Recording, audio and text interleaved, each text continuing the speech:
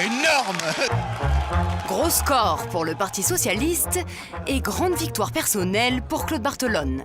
Il y a 18 mois, Barthelone le Fabusien et Cambadélis le Strauss-Cahnien unissaient leurs forces pour construire un rassemblement autour de Martine Aubry.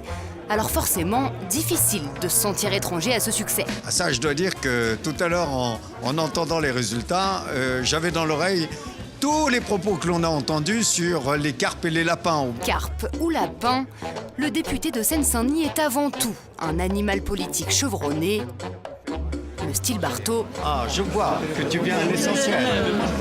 Un tempérament chaleureux et une réputation d'homme d'appareil redoutable.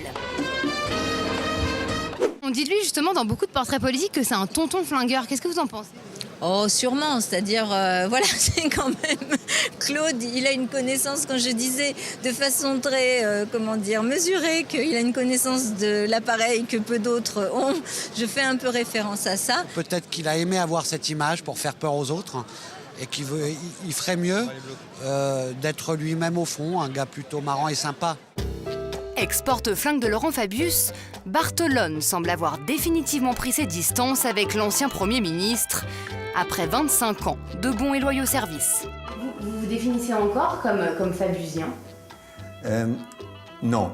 Désormais, le président du Conseil général de Seine-Saint-Denis roule à fond pour Martine Aubry. Jean-Paul, le candidat populaire, là, on l'a installé. C'est bien dans les images et dans la tonalité de la campagne.